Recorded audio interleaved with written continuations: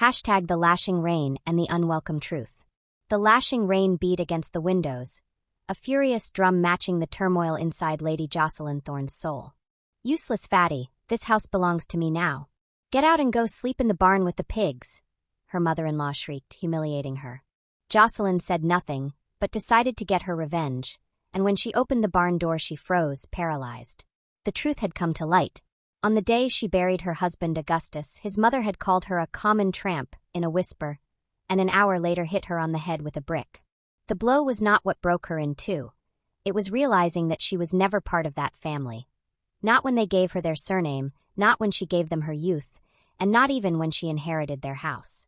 Jocelyn seethed with rage. The water struck the umbrellas as if the sky were screaming with them. Jocelyn was 31 years old, her eyes hollow, and her gaze fixed on the coffin of Augustus Thorne, the man who had been her companion, her refuge, her only true home. The hollow sound of the earth falling on the wood resonated like a sentence. The priest's words were lost in the wind. In one hand, Jocelyn held the will that Augustus had signed 2 weeks before his death. In the other, she clutched her coat as if it could protect her from the storm and the world. The Thornes were all present, rigid, perfect, performing for the cameras, for the lawyers, for society.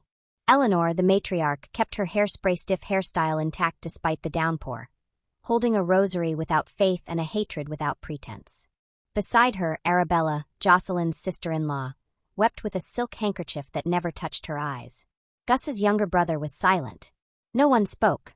When the coffin disappeared under the wet earth, Jocelyn felt something detach inside her. She did not cry. She could not. She had no tears left. She just stood still, feeling the cold seep into her bones. It was then that Eleanor approached. "You never belonged to this family, you country slut," she whispered into Jocelyn's ear with a mouth barely curved in a sneer of contempt.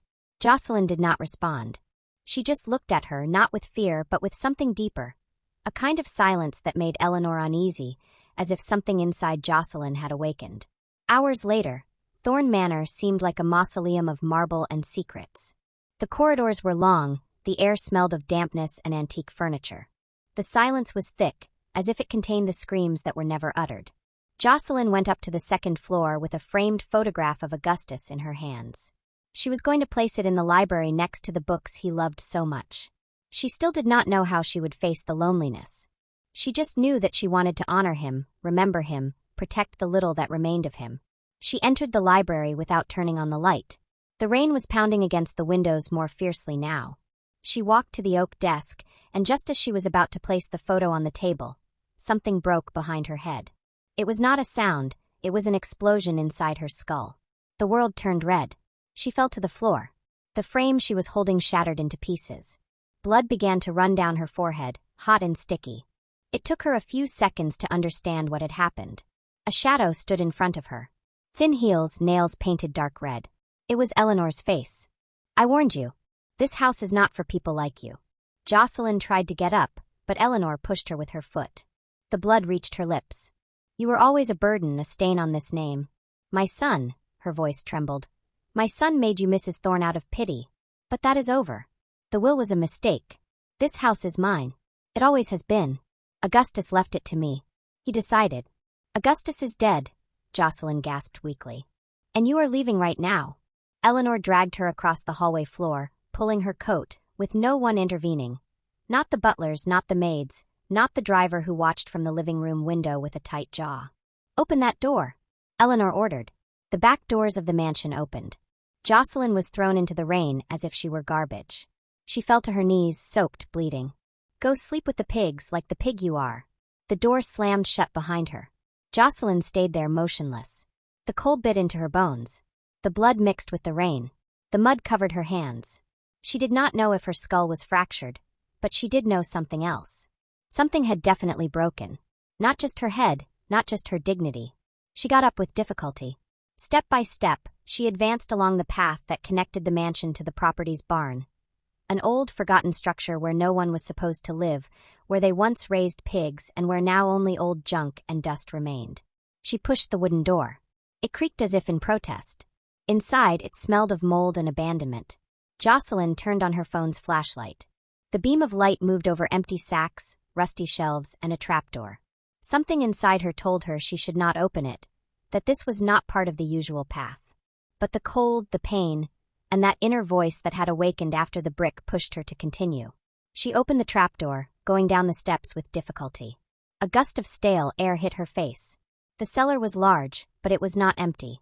Cables, lit monitors, surveillance cameras, documents, maps, photographs hung on the walls, family portraits with annotations, a file on the main screen. Jocelyn approached. The monitor showed a folder dated the previous day. Upon opening it, she found videos. One of them showed Augustus, her husband, talking to someone on the terrace. "I will not let them harm her. If anything happens to her, Mother, I swear you will be the first to pay the consequences." The camera moved as if someone were operating it. Eleanor appeared on the screen. "She is no one. She was not for you. Do you know what this family would do if they found out what you did with her?" Augustus walked away, hitting the railing. The image distorted. The video cut off. Jocelyn froze. Her head was throbbing, her chest was heavy. Something was wrong, very wrong. There were more videos, more documents, and something inside a metal box at the back of the room, but she did not open them yet.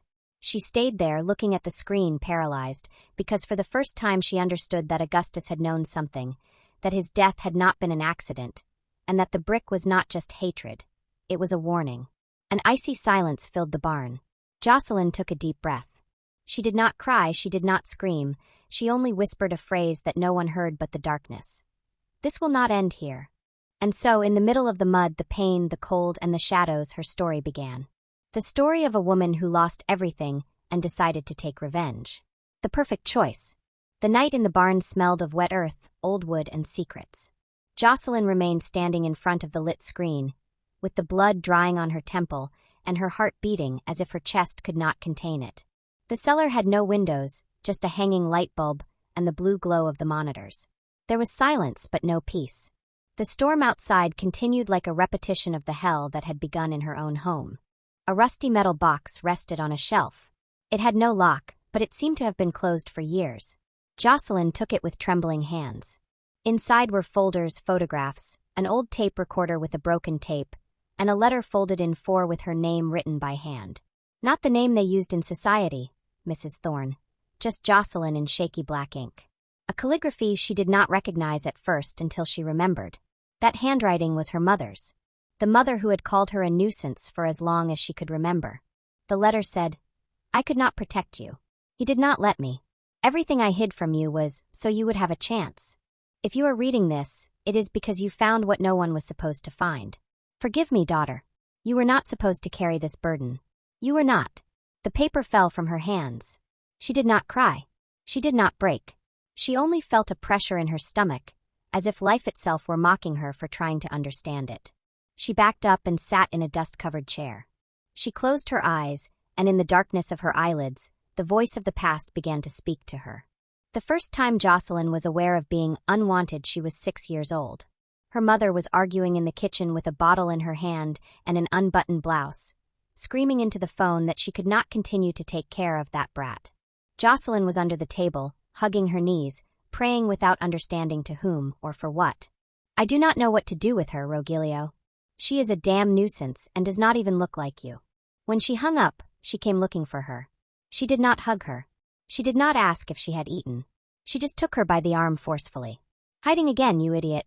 Just shut up. Do not look at me with those weird eyes." Jocelyn learned from a young age not to ask questions, not to talk much, not to bother anyone. The only refuge she knew was the books she found lying in the street.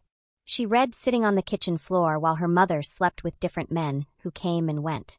At 9, she took care of her 2 younger siblings as if she were their mother.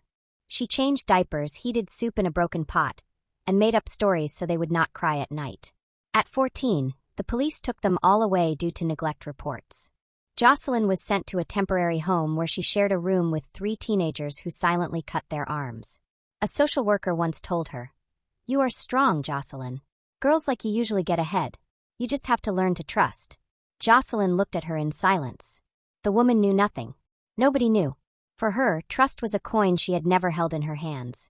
At 17, she ran away, stole money from a volunteer's wallet, and fled on the first nameless bus. She arrived in the city with a backpack and a notebook. She slept in public bathrooms or train stations until she got a job washing dishes in a 24-hour cafe. It was there that she saw him for the first time. Augustus Thorne wore a black suit, gold rings, and had a sad gaze, the kind of sadness that needs no explanation. He sat at the counter and ordered black coffee, no sugar. When Jocelyn served him, he looked into her eyes without saying a word. Seconds stretched on forever. "The saddest eyes hold the purest truths," he said. She did not reply. She was tired, her uniform was dirty, her hair was a mess, and her shoes were torn. But that phrase was tattooed on her skin. When he left a $200 tip. No one had ever given her so much. He returned the next day and the next and the next. For weeks he visited her at different times, always alone, always asking for her if he did not see her. Until one night, Jocelyn sat across from him during her break. "Why do you come here so much?" she asked. "Because it makes me feel like I am not rotten inside." That night he offered to take her home. She refused, but accepted a coffee at a quiet corner. They talked for hours. Jocelyn did not understand why a man like him, elegant, educated, with an important surname, would notice someone like her.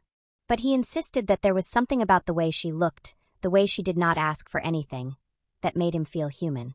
Augustus was her first real illusion of love. He bought her clothes without asking for anything in return. He spoke to her about books, art, and politics. He took her to his country house where no one knew her. He introduced his sister Arabella as a special friend. He never talked much about his mother. 3 months later he asked her to move in with him. "I am tired of empty women." "You are different," he said. Jocelyn found it hard to understand that difference. She only knew how to survive. She agreed to move in with him because she was tired of sleeping in fear. But something inside her trembled every time she thought about how fast everything was happening. 2 years passed before they got married. Augustus insisted that no one else should know for the time being. "My mother would not understand," he would say. "She will know when the time is right." That time never came. Or maybe it did, on the day of the funeral. In the barn's cellar, the monitor was still on. Jocelyn got up and searched the metal box for another tape, an old audio file labeled with a single word. "Office." She put the tape in the recorder and pressed play. "Why did you choose me?" It was her own voice. It sounded younger, more fragile. Silence. A faint buzz. Then Augustus's tired voice. "Because you were the perfect choice." The tape stopped dead. There was nothing more. Jocelyn stood still. The perfect choice. Not the perfect woman, not my love, not even my salvation. The perfect choice. Her expression changed. It was not pain. It was a burning understanding, as if the last mask of her love story had finally fallen away. What if everything had been planned? What if she was just a piece in something bigger? She sat down again with a lost look. The clock showed 3 in the morning. In the distance, lightning illuminated the field. The mansion looked like an arrogant shadow among the trees. She remembered a conversation she had with Augustus in that same mansion. One December night they were in the library. He was drinking whiskey. She was looking through a photo album from his childhood. "Why do you never talk about your family?" Augustus asked. "Because I do not have one. Just people who shared a roof with me." He approached, took the album from her hands. "You are now part of something bigger. This family has history, a name, power. All of that can be yours if you know how to stay quiet." "What does that mean?" she asked, surprised. Augustus kissed her on the forehead, as if she were a child. "Nothing. Just that there are things you do not say, and you are smart. That is why I chose you." Everything made sense now. He did not love her. He chose her as one would choose a tool. A woman without a past, without roots, without anyone who could ask about her. A voiceless girl, turned into a woman, perfect to integrate into a family that fed on secrets. She got up suddenly, took the recorder, the box, everything, and left the barn under the rain, returning to the house. She did not enter through the front door. She went around the mansion until she reached the window of Augustus's study, which was still locked. She forced it open with a stone. She entered in silence. The room was intact. Everything was as he had left it, as if Eleanor had not had the courage to touch it. She turned on the desk lamp, placed her mother's letter on the table, the photo of her childhood, and the audio tape. Then she wrote something in an old notebook she found among Augustus's papers. A single sentence. "A perfect choice can become a perfect threat." When she left the study, a figure was waiting for her in the dark hallway. It was Leonard, the gardener. He had dirty hands and eyes full of worry. "Mrs. Thorne, are you okay?" "You knew. I just saw things, but I could not speak. They threatened me and my sister. She works in the kitchen." "What?" Leonard swallowed. "I saw Augustus arguing with his mother. That night, the night he died, she pushed him. He insulted her. Something happened with the motorcycle. Then I saw him leave in a rage and he never came back. Jocelyn closed her eyes. Can you help me, Leonard? Yes. Then do not call me Mrs. Thorne. Just call me Jocelyn and get ready because this is just beginning. The two went down to the kitchen together. There was still a lot to discover, but Jocelyn was no longer the voiceless girl. Now she was beginning to speak, and her voice was going to be heard by force if necessary. And that was just the beginning. The conspiracy. Jocelyn did not sleep that night, not because she could not, but because something inside her would not allow it. The fatigue had stopped hurting, as if her body understood that there were more important things than rest. It was as if the truth, once it begins to bleed, does not stop until it has destroyed everything.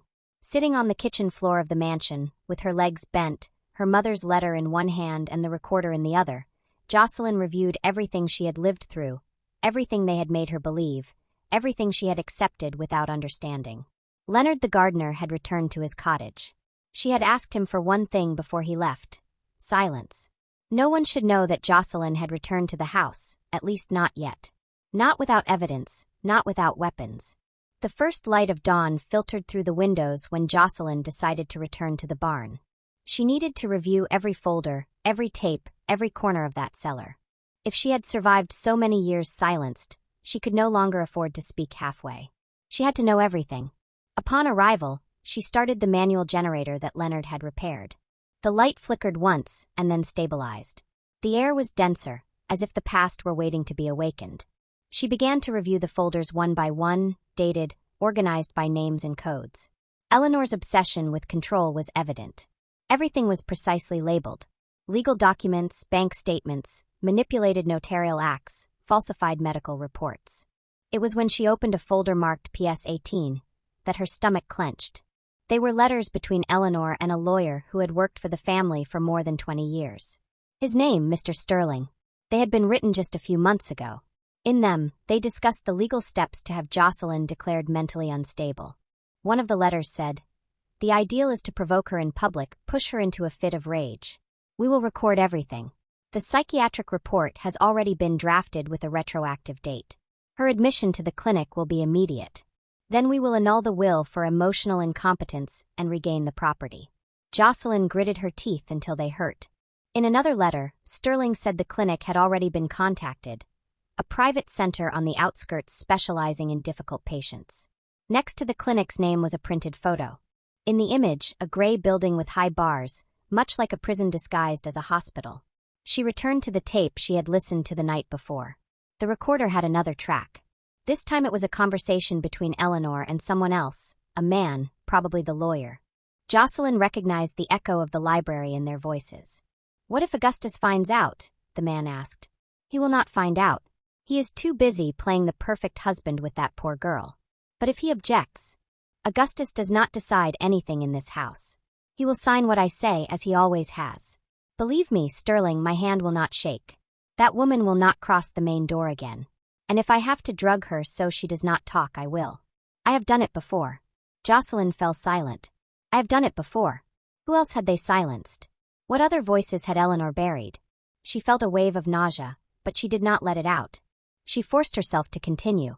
In the last folder, a small black box was hidden among the papers. It was an external memory drive. When she connected it to the monitor, a single video file appeared without a title, just the date. The day before Augustus's death.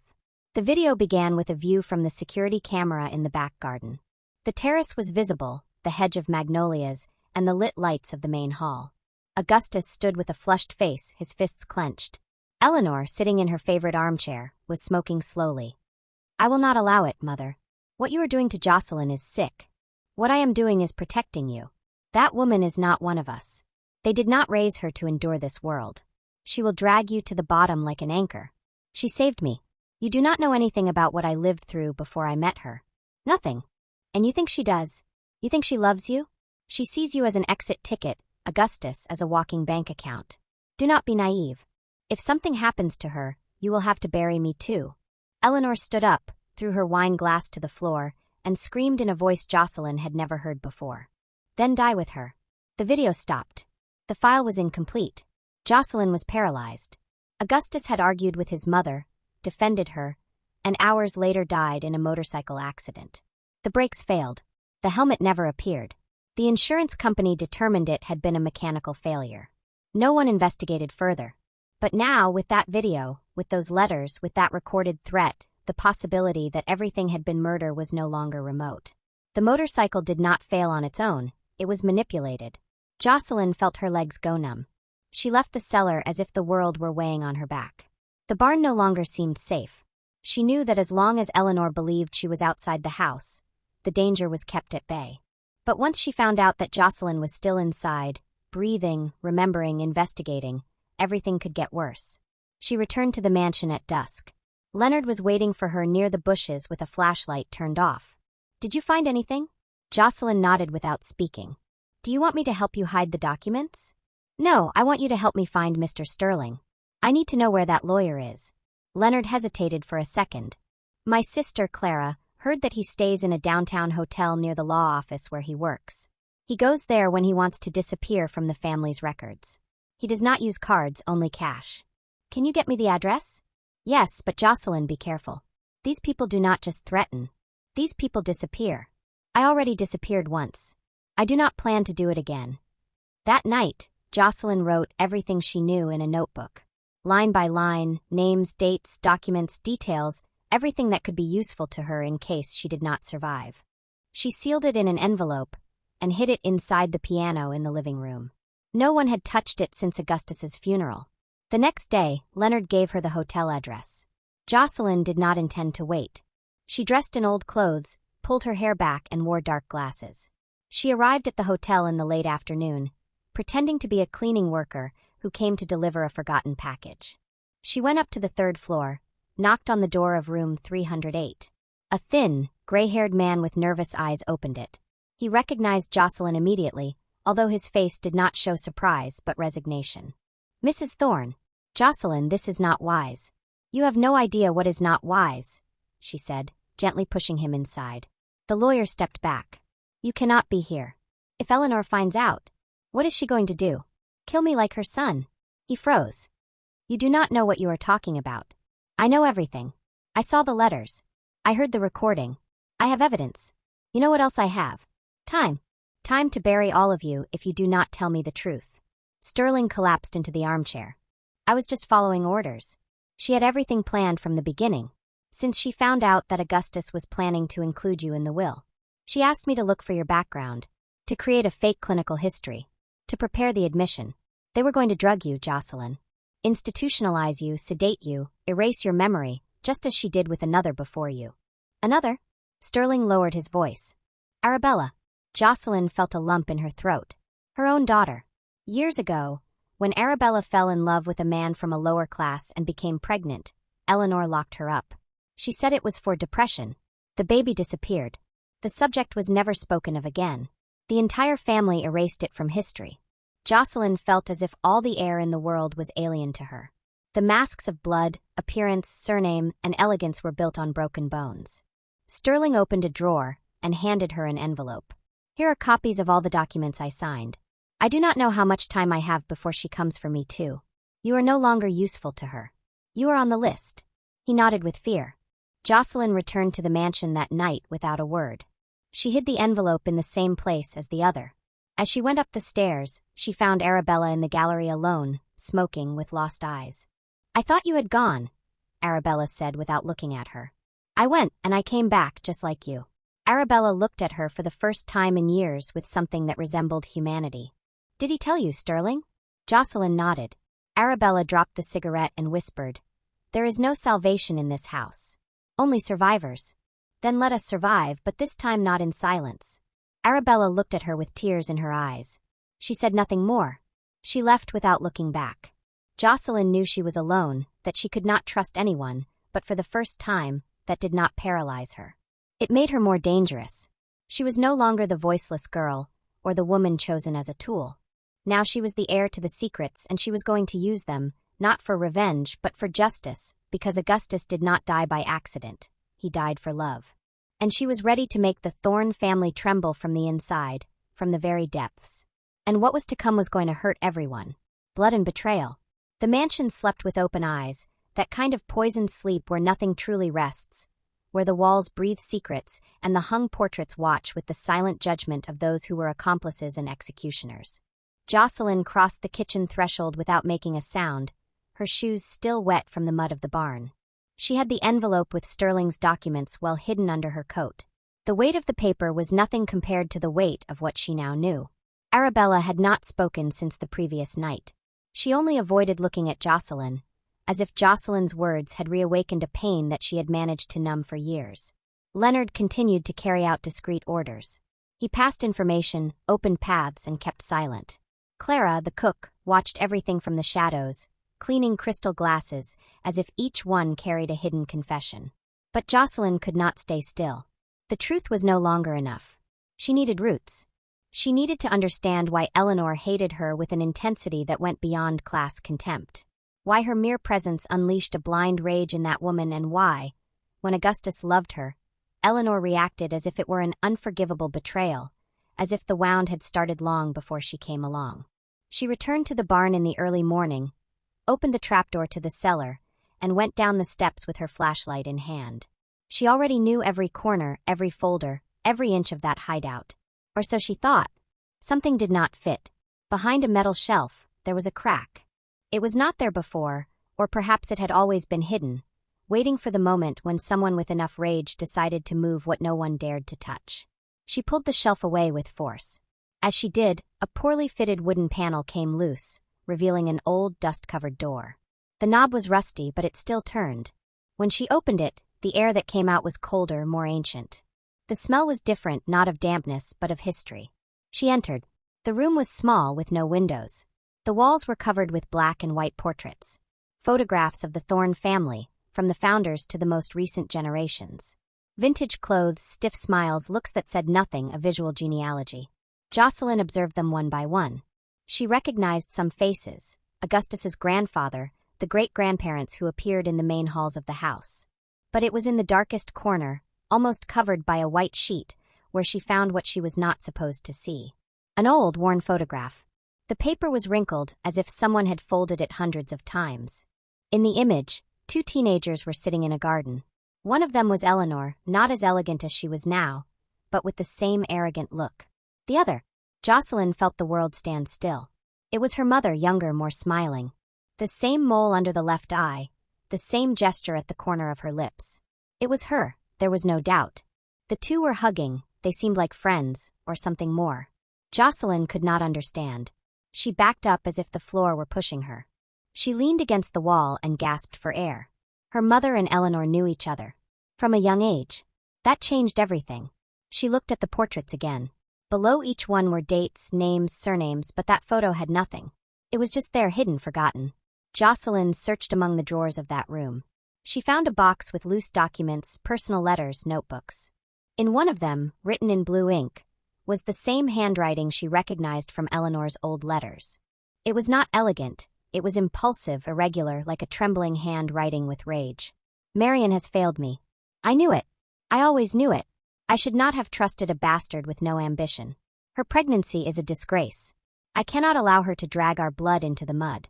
Jocelyn felt the blood pound in her temples. Marian was her mother's name. She kept reading. The child will not be born with this surname. She swore she would give it up for adoption, but she has changed her mind. She wants to keep it. She says it is hers, not mine. I will not allow it. She has already taken enough from me. She has already taken him from me. Who is him? Jocelyn kept digging. At the bottom of the box, a falsified birth certificate. The paper was old, but the ink was still clear. Name, Jocelyn. Correct date. Altered place. Father, unregistered. And on the back, a document that seemed to have been torn from an official file. Another original certificate with scratches, with marks but still legible. Father, Octavius Thorne. Mother, Marian Gomez. The sheet fell from her hands. Jocelyn collapsed to the floor. She was a Thorne. She was the blood of that family, not just by marriage but by birth, by right, by inheritance. And that explained everything. Why did Eleanor hate her with such rage? Because Jocelyn was the living proof of the scandal she had buried with fire and threats. Her mother had had a relationship with one of the Thornes. Probably Eleanor's brother or her husband, Augustus's father. It did not matter which. What mattered was what it meant. Jocelyn was not an intruder. She was part of the lineage, and her existence dismantled Eleanor's entire power structure. She trembled not with fear but with fury. Everything she had lived through, all the misery, the abandonment, the contempt, the violence, all of it was to protect a lie. She got up, returned to the mansion with the photo in her hand and the papers under her arm. She crossed the hall like a ghost. She went up the stairs with determined steps. She knocked on the door of Eleanor's room. The woman opened it with a distraught face. "What are you doing here? How did you get in?" Jocelyn held up the photo. "Does this tell you anything?" Eleanor's face turned pale. Her jaw tightened. She tried to snatch the image, but Jocelyn was faster. "Do not touch me. Not this time. You do not understand anything," Eleanor said in a thin voice. "I understand everything. I understand that my mother and you were more than just friends. That I was in this house before I even knew it, that you knew who I was, and you still humiliated me, hit me, tried to lock me away just like you did with Arabella. Because you are afraid that someone will remember what you did. You are a consequence," Eleanor screamed. "A scar that should never have opened. Your mother destroyed my family. She took the only thing I loved from me. And you are the reminder of everything I lost." "And who did you lose?" Eleanor swallowed. She did not answer. Jocelyn took one step closer. "Was Augustus my brother?" The question hung like a knife in the air. Eleanor stepped back. "No," she said in a low voice. "He was not your brother, but he was your cousin." Jocelyn closed her eyes. She had loved him. She had slept next to him. She had married him. "You knew all this and you let it happen. It was never your fault," Eleanor cried with tears in her eyes. "It was mine for not stopping you, for not having destroyed everything when I still could. You should never have been born." Jocelyn backed away. The room spun. The rage turned into nausea. Loss of control. She ran down the stairs. She went out into the garden. She vomited among the rose bushes. Leonard ran to her. "What happened?" "I am part of them," Jocelyn gasped. "I always was." That night she did not speak, she did not eat, she did not cry. She sat in front of the fire with the photo in her hand. The fire illuminated the burned edges of the paper, and for the first time, she did not feel cold. She felt something else, a deeper darkness, because not only had she been rejected, she had been silenced since before she was born. And now that her voice had awakened, she was not going to stop until she turned every secret into ashes. Because the monster behind the portrait was not just Eleanor. The monster was all the Thorne blood, and she was part of that curse. She was going to take revenge, not for what they had done to her, but for everything they tried to hide. Because if her existence was a threat, they would learn to fear her for real. The incineration and rebirth. But fury also tires you out, like a fire that consumes everything and then leaves you alone in the midst of silence. Jocelyn's body craved a break, but her soul refused. That night she returned to the barn, not as a determined woman, but as something more like a broken girl who dragged herself through the ruins of a story she never asked to live. She walked as if floating. The mud covered her ankles, the wind bit her arms, and the clothes stuck to her body did not hide the wounded skin. Her face was dirty, her eyes open but directionless. The world was a distant noise. She closed the barn door, went down the cellar stairs without looking. The cold of the place did not matter to her. She collapsed onto the floor next to the box of documents. The same place where she found her story, the same place where everything began to fall apart. She did not cry right away. She just stayed in silence, surrounded by papers, recorders, burned photos, distorted truths. Her mother's face looked at her from the corner of a photo. Marion, the woman who brought her into the world and then left her to navigate among monsters. Jocelyn did not hate her, but she did not forgive her either. And in that dark corner between the dry earth and the suspended rage, Jocelyn began to talk to herself, not with a voice but with broken whispers. "What if I really am a mistake?" The phrase came out without warning, like a loose thread that tore at her throat. She hugged herself as she had when she was a child, when there was no one, when her mother disappeared with different men, and she took care of her siblings with made-up stories and reheated rice. What if I was always that, a crack, a shame, a name that should not have existed? Her voice cracked. The tears came as if they could no longer wait. Jocelyn cried. Not for Augustus. Not for Eleanor. She cried for herself, for everything she had been, for what she never had, for her stolen childhood, for her manipulated youth, for the hugs she could not remember, for the ignored birthdays, for the love she thought she had found in a man who was, in the end, part of her tragedy. She took a sheet from the notebook she always carried with her. She folded it carefully. She wrote with a trembling black ink. It was a letter to Augustus. The third one she had written since his death. She had burned the first two. This time she would not destroy it. She would leave it there as a witness. Augustus, I do not know if you ever loved me. I do not know if you were ever free. I wonder if you knew who I was. If you knew everything and still decided to love me, then you were braver than I am. If you were ignorant of it, then you were just another victim of your mother. I do not know which version hurts more. I just know that it still hurts that you are not here, that you have no voice, that you cannot tell me your side. I am breaking, Augustus, and I do not know if I will be able to hold on for much longer. She put the letter between the pages of the birth certificate, sealed it in an envelope, and left it under a loose floor tile that she herself lifted, as one would bury a heart they no longer want to see. Hours later, when the crying was exhausted and her skin became hard again, Jocelyn got up. She looked at herself in the rusty mirror that hung at the entrance of the barn. Her face was covered in dry mud, old blood still stained her right cheek, and her dark circles looked like open cracks. But her eyes were no longer the same. I am not the victim. I am the evidence. And the evidence speaks. She said those words out loud, as if by naming them her body could move again. She went back up to the mansion before dawn. No one saw her. The staff were still asleep. Arabella had not left her room since their last confrontation. Leonard was waiting by the greenhouse. He said nothing. He just handed her an envelope with photographs. He had been spying for her, recording, documenting. He had installed hidden microphones in the library and the main hall. He knew that sooner or later Eleanor would show herself without her mask again. Jocelyn went into Augustus's study. She tried passwords on his old laptop. After several attempts, she managed to get in. It was all empty, clean, formatted, but Jocelyn knew where to look. She found a security backup hidden in a coded folder. Leonard had gotten her a young computer expert who worked for the Thornes without them knowing. He was one of the surveillance technicians who installed fake cameras for events.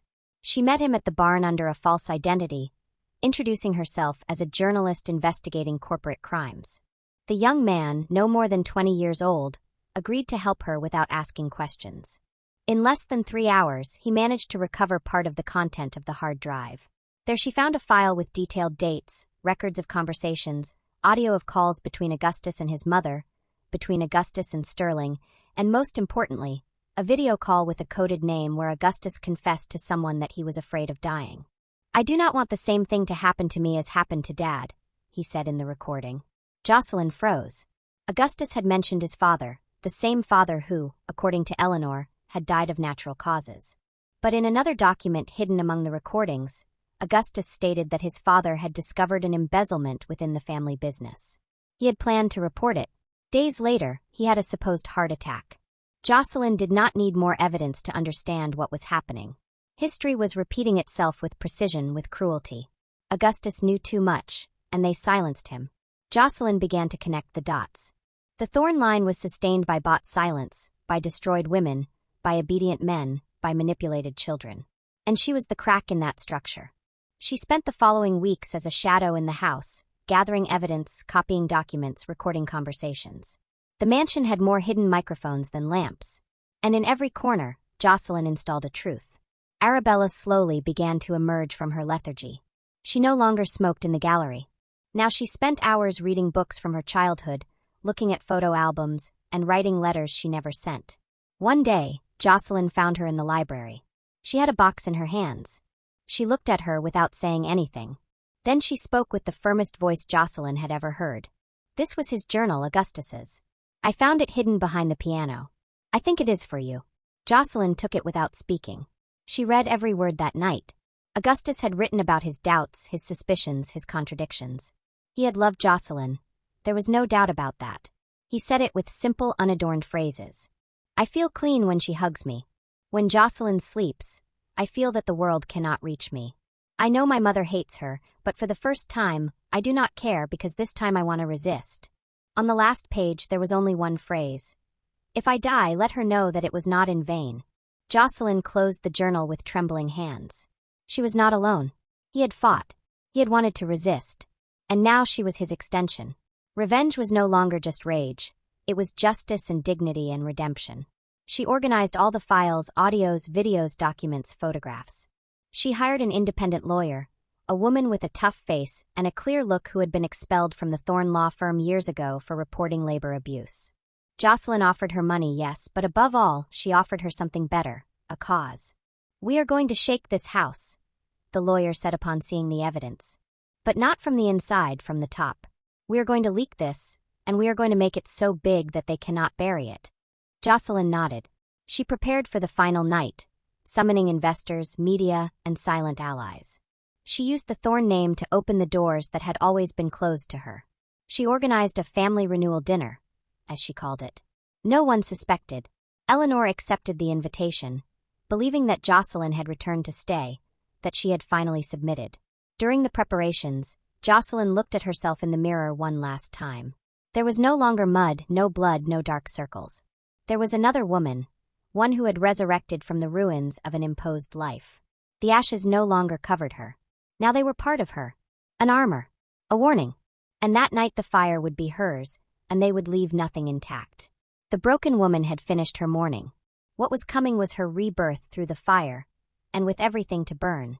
The Thorne manor smelled of cut flowers, new glassware, and expensive perfume.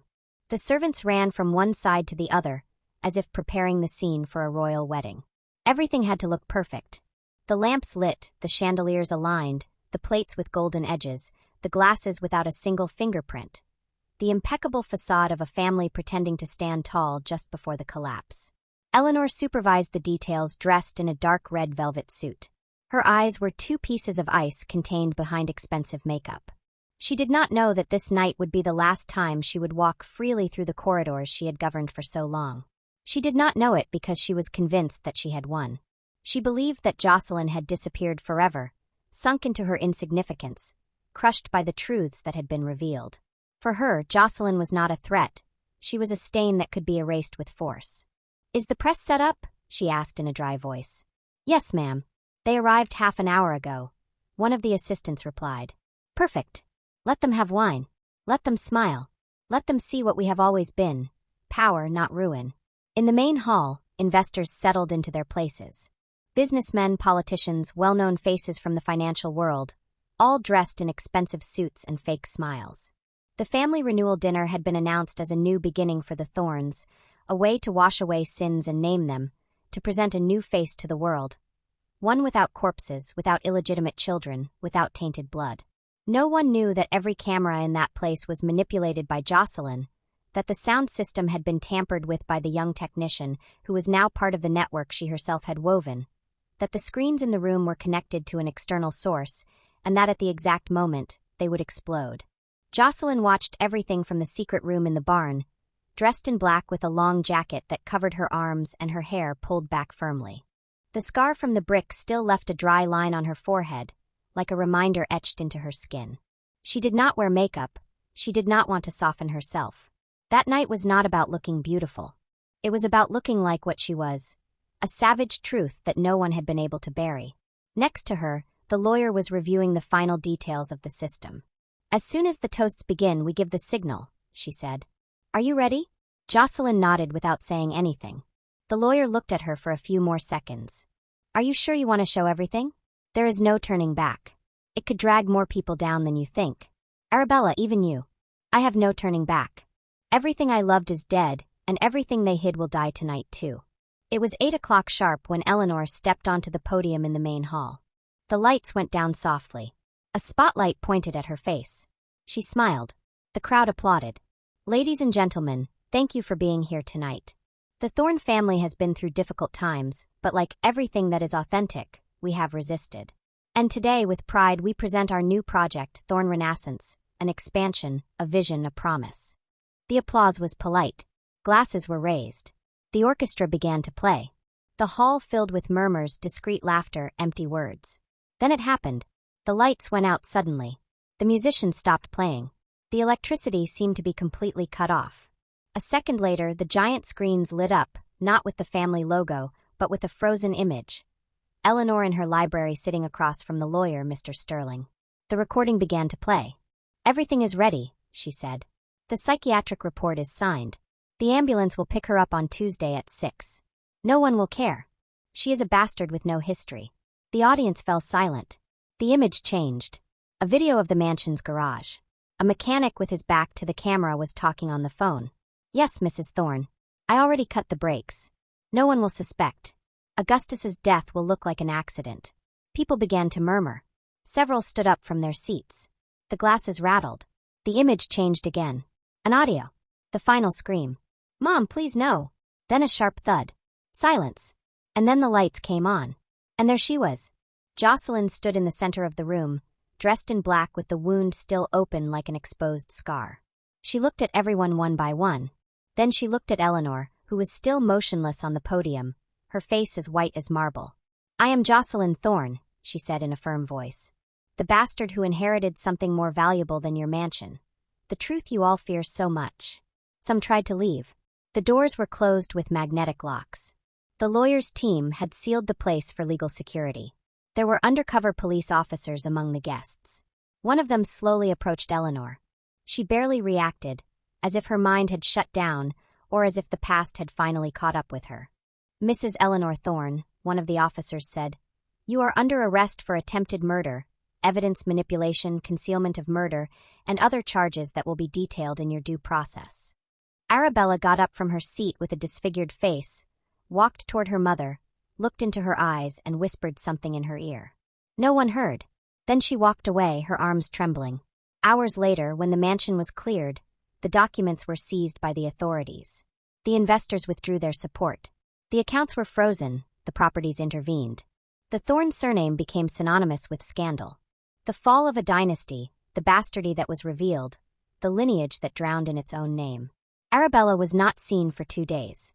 She was found in the east wing of the house, unconscious, surrounded by empty bottles. She was breathing, but barely. A letter was on the table. "I cannot live with what I allowed. I was not a victim. I was an accomplice. Forgive me, Jocelyn. Forgive me, Augustus." She was admitted to a specialized clinic. Eleanor spent her first night in prison without uttering a word. She refused to testify. She refused to eat. Jocelyn returned to the barn. She did not speak to anyone. She walked alone through the field. She looked at the mansion in the distance. She saw it as if it were another planet, a hollow structure with no soul, just walls that no longer protected anyone. The fire was not physical. It was another kind of fire, one that consumes the legacy, the memory, the symbols, and that leaves something new, not clean, but free. In her chest, the surname no longer hurt. She carried it as a truth. The truth that survived everything, even the silence. The field woke up slowly. The wind moved the trees with a softness that contrasted with the screams that once lived among their leaves. The wet earth still smelled of morning, but also of something new, something that had no name but was sensed as the echo of a second chance. Jocelyn walked barefoot on the damp grass, her hands covered in earth and her soul less broken. Not intact, it never would be, but alive, clean on the inside, and that was more than she had ever had. The house she now inhabited was small, with weathered wood and crooked windows. She bought it with cash, without names, without papers stained by the Thorne surname. The woman who sold it just asked her if she had a place to sleep, and Jocelyn told her yes, but that she needed a place where portraits would not haunt her. The woman did not understand but handed her the keys anyway. There, in the middle of nowhere, where no one spoke names with fear, where the walls did not listen, Jocelyn began her new cycle. She did not rip up the memories, she literally planted them. She planted flowers where there had once been stones. She cultivated a corner of colors in the dry earth. Each flower had a name: Arabella, Augustus, Marion, even Eleanor. Because oblivion was not justice, it was just emptiness. And Jocelyn did not want any more empty spaces. She had lived enough among absences. She read old letters in the mornings, the ones her mother had written and never sent, the ones Augustus had left hidden among the books, the ones she herself had written on nights when her heart beat with rage and not with love. She read them out loud, like one who says a prayer without knowing to whom it is addressed. Maybe to the wind, maybe to herself. She slept with the windows open. She was not afraid because there were no longer secrets lurking on the other side. There were no dark corridors or servants who pretended not to hear. Only the creaking of the old wood, the crickets, and a strange serenity, as if everything she had lived through had been another life, another skin. She did not see anyone again. She did not answer calls. She did not set foot in the mansion again. Justice had done its job. The property was expropriated, the assets frozen, the accounts dissolved. The press turned the Thornes into a national soap opera. Jocelyn did not give interviews, did not sell her story, did not write books, did not seek media revenge. The only thing she wanted was to return to being Earth, not stone, Earth, so that something could be born from her, so that hatred would not become her inheritance. And then it happened. It was a morning without hurry like all the others. The sky was clear, the air was warm. Jocelyn was kneeling, moving earth in the small nursery she had built with recycled boards. She wore an old shirt of Augustus's, the same one he wore when he cooked. She had found it in a forgotten box. She put it on without thinking. It smelled of something that no longer existed, but that still accompanied her. She touched the earth with her bare hands, sinking into it carefully. She was thinking of planting lavender. They said it warded off bad memories, although no one could assure her it was true. It was then that she felt the movement. It was not pain, it was something more subtle, like a flutter in her womb. She stood still, the sun hitting her face, her hands stopped in the dirt, and then again a small but firm kick. The child she was carrying moved for the first time. Jocelyn smiled without saying anything. She closed her eyes. She did not cry. She just spoke softly. You will not have a legacy of hatred. You are going to be born free. She sat on the floor, hugging her belly. She did not know if it would be a boy or a girl. It did not matter. She did not plan to impose a surname, a destiny, or a curse on it. She was going to teach it to speak before the world told it to be quiet. She was going to show it that roots do not have to be born in rotten earth, that you can grow without repeating history, without carrying it, just learning from it. That night, she lit a candle, not as a ritual, just out of habit. She placed it in front of the mirror. The reflection did not scare her. She was no longer the woman who bled on the marble floor, who was dragged by a raging matriarch. She was not the confused wife or the hidden daughter. She was something else, something more raw, more real. She had lost a lot, but what she had recovered was greater. She had recovered her voice and the right to use it as she wished. Days later, an old newspaper flew to the entrance of her house. The wind had dragged it from the road. Jocelyn picked it up without intention. She was going to throw it away, but something on the front page stopped her. There was her face, an image taken on the night of the banquet. The scar on her forehead, her firm eyes. The headline read, "The Bastard Daughter Who Shook the Thornes." Jocelyn read it without emotion. She left it on the wooden table, went out to the garden, took the watering can, and began to water her flowers. As the water fell, a hummingbird flew past her, and for the first time in a long time, she smiled, not out of victory but because she had understood.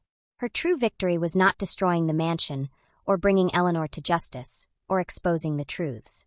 Her true victory was not becoming like them. It was breaking the cycle. It was not sinking into the same shadow. It was choosing to live, and no one could ever take that away from her.